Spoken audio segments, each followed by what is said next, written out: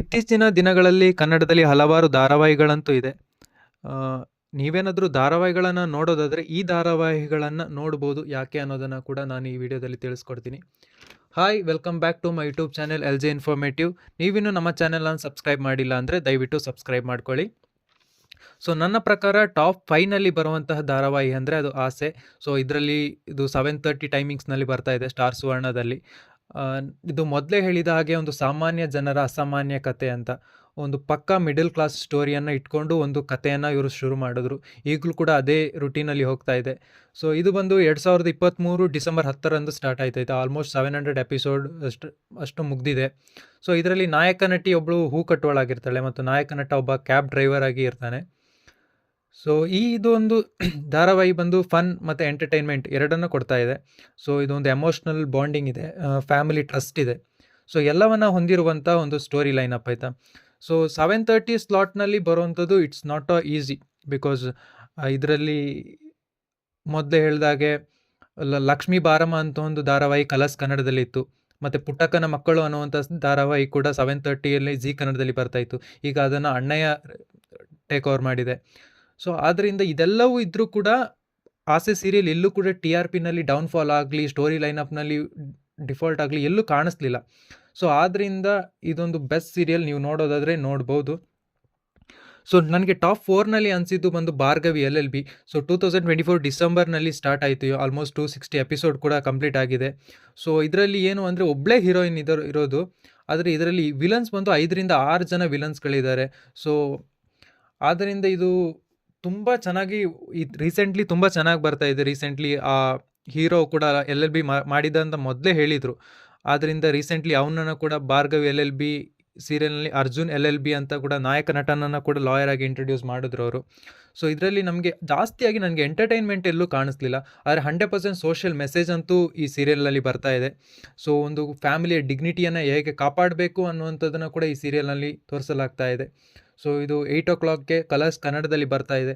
Preferably ಯಾರಿಗಾದರೂ ಇದು ಲಾ ಯಾವುದಾದ್ರು ಇದ್ದರೆ ಇವರು ಡೆಫಿನೆಟ್ಲಿ ಈ ಸೀರಿಯಲ್ನ ಪ್ರಿಫರ್ ಮಾಡಿ ನೋಡ್ಬೋದು. ಯಾಕಂದರೆ ರಿಯಲ್ ಕೋರ್ಟ್ ಏನಿದೆ ಅದನ್ನೇ ಅದರಲ್ಲಿ ತೋರಿಸ್ತಾ ಇದ್ದಾರೆ. ಸೊ ನಿಜವಾಗ್ಲೂ ಒಂದು ಎಂಟರ್ಟೈನ್ಮೆಂಟ್ ಅನ್ನೋದಕ್ಕಿಂತ ಒಂದು ಸೋಷಿಯಲ್ ಮೆಸೇಜ್ ಅಂತೂ 100% ಇದೆ ಈ ಸೀರಿಯಲ್ನಲ್ಲಿ.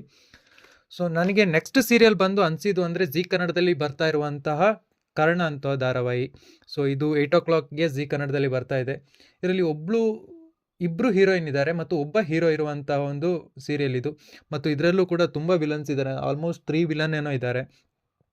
ಸೊ ಇದರಲ್ಲಿ ಮುಖ್ಯವಾಗಿ ಏನು ಅಂದರೆ ಅವ್ರು ಇನ್ನೂ ಸಸ್ಪೆನ್ಸ್ ಆಗಿ ಇಟ್ಟಿರುವುದಂದರೆ ಇನ್ನೂ ಆ ಸೀರಿಯಲ್ನ ನಿಜವಾದ ನಾಯಕಿ ಯಾರು ಅನ್ನೋದನ್ನು ಇನ್ನೂ ಕೂಡ ತೋರಿಸ್ಲಿಲ್ಲ ಇದರಲ್ಲಿ.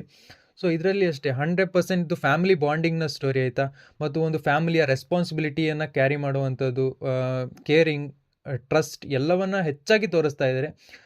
ಇದರಲ್ಲಿ ನಾಯಕ ನಟ ಜೀವನವಿಡೀ ಆತ ಅಗರ್ಭ ಶ್ರೀಮಂತನಾಗಿದ್ದರೂ ಕೂಡ ಸಮಸ್ಯೆಗಳು ಹೆಚ್ಚು, ಅದನ್ನು ಹೇಗೆ ಸಂಭಾಳಿಸ್ಕೊಂಡು ಹೋಗಬೇಕು ಅನ್ನೋದನ್ನು ಕೂಡ ಹೆಚ್ಚಾಗಿ ಈ ಸೀರಿಯಲ್ನಲ್ಲಿ ತೋರಿಸಿದ್ದಾರೆ.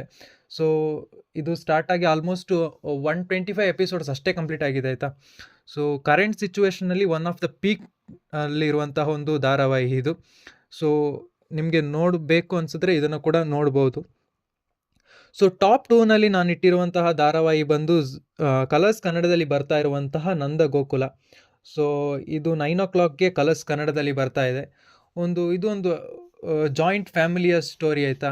ಒಬ್ಬ ತಂದೆ, ಆತನಿಗೆ 3 ಜನ ಮಕ್ಕಳು. ಸೊ ಅವನು ಮೊದಲಿಂದನೂ ಹೇಳಿರ್ತಾನೆ, ನನ್ನ ಫ್ಯಾಮಿಲಿ ಯಾವತ್ತೂ ಒಡೆದು ಹೋಗಲ್ಲ, ನನ್ನ ಫ್ಯಾಮಿಲಿ ಯಾವತ್ತೂ ನಂದ ಗೋಕುಲದ ಥರನೇ ಇರುತ್ತೆ ಅಂತ. ಬಟ್ ಒಂದು ಅನ್ಎಕ್ಸ್ಪೆಕ್ಟೆಡ್ ಕಾರಣಗಳಿಂದಾಗಿ ಮಕ್ಕಳೆಲ್ಲ ತಂದೆ ನಿರ್ಧಾರವನ್ನು ಮೀರಿ ನಿರ್ಧಾರಗಳನ್ನು ತಗೊಳ್ತಾರೆ ಕೆಲವು ವಿಷಯಗಳಲ್ಲಿ. ಸೊ ಆಗ ಮೊದಲೇ ಹೇಳಿರೋ ಹಾಗೆ ಅವನ ಫ್ಯಾಮಿಲಿಯನ್ನು ಉಳಿಸ್ಕೊಳ್ತಾನೆ ಅಂತಲೇ ಪ್ರೋಮೋದಲ್ಲೆಲ್ಲ ಹೇಳುವಂಥದ್ದು.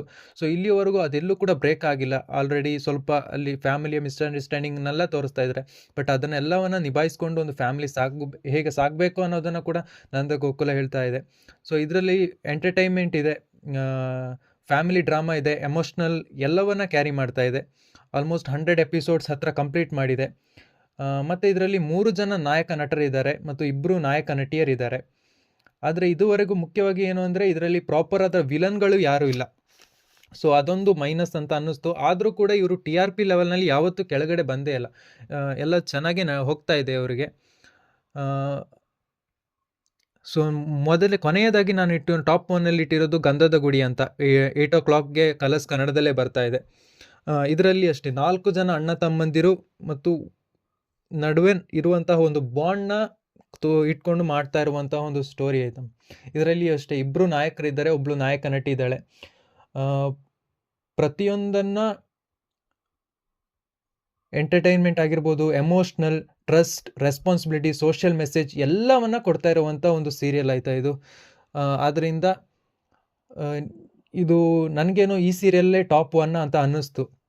ಯಾಕಂದರೆ ಇತ್ತೀಚಿನ ದಿನಗಳಲ್ಲಿ ಎಲ್ಲ ಸೀರಿಯಲ್ಗಳು ಪ್ರಿಡಿಕ್ಟೇಬಲ್ ಆಗ್ತಾ ಇದ್ದಾವೆ. ಮುಂದೆ ಏನಾಗುತ್ತೆ ಅನ್ನೋದನ್ನ ಈಗಲ ಆಡಿಯನ್ಸ್ದೇ ಹೇಳ್ಬೋದು, ಆ ರೀತಿಯಲ್ಲಿ ಹೋಗ್ತಾ ಇದೆ. ಆದರೆ ಈ ಸೀರಿಯಲ್ನಲ್ಲಿ ಯಾವುದು ಕೂಡ ಹಾಗೆ ಇಲ್ಲ.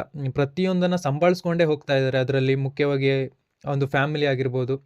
ಸೊ ಹೊರಗಡೆ ಅವ್ರ ಬಗ್ಗೆ ಏನೇ ಮಾತಾಡಿದ್ರು ಕೂಡ ಅವರು ಎಲ್ಲವನ್ನ ಸಹಿಸ್ಕೊಂಡು ಹೋಗ್ತಾ ಇರುವಂಥ ಒಂದು ಸೋಷಿಯಲ್ನಲ್ಲಿ, ಸಮಾಜದಲ್ಲಿ ಒಂದು ಫ್ಯಾಮಿಲಿನ ಯಾವ ರೀತಿಯಲ್ಲಿ ಕೆಳಗೆ ಇಡ್ತಾರೆ, ಆದರೂ ಕೂಡ ಹೇಗೆ ಮೇಲೆ ಇದ್ದಾರೆ ಅನ್ನುವಂಥದ್ದನ್ನ ತೋರಿಸ್ಕೊಳ್ಳುವಂಥ ಒಂದು ಸೀರಿಯಲ್. ಅದರಿಂದ ಇದನ್ನು ನಾನು ಟಾಪ್ 1 ಇಟ್ಟಿದ್ದೀನಿ. ಸೊ ಇದಿಷ್ಟು ಇವತ್ತಿನ ವಿಡಿಯೋ. ನಿಮಗೆ ಈ ವಿಡಿಯೋದ ಬಗ್ಗೆ ಏನು ಅನ್ನಿಸ್ತು ಕಮೆಂಟ್ ಮಾಡಿ. ಅಂಟಿಲ್ ನೆಕ್ಸ್ಟ್ ವಿಡಿಯೋ, ಬಾಯ್ ಬಾಯ್.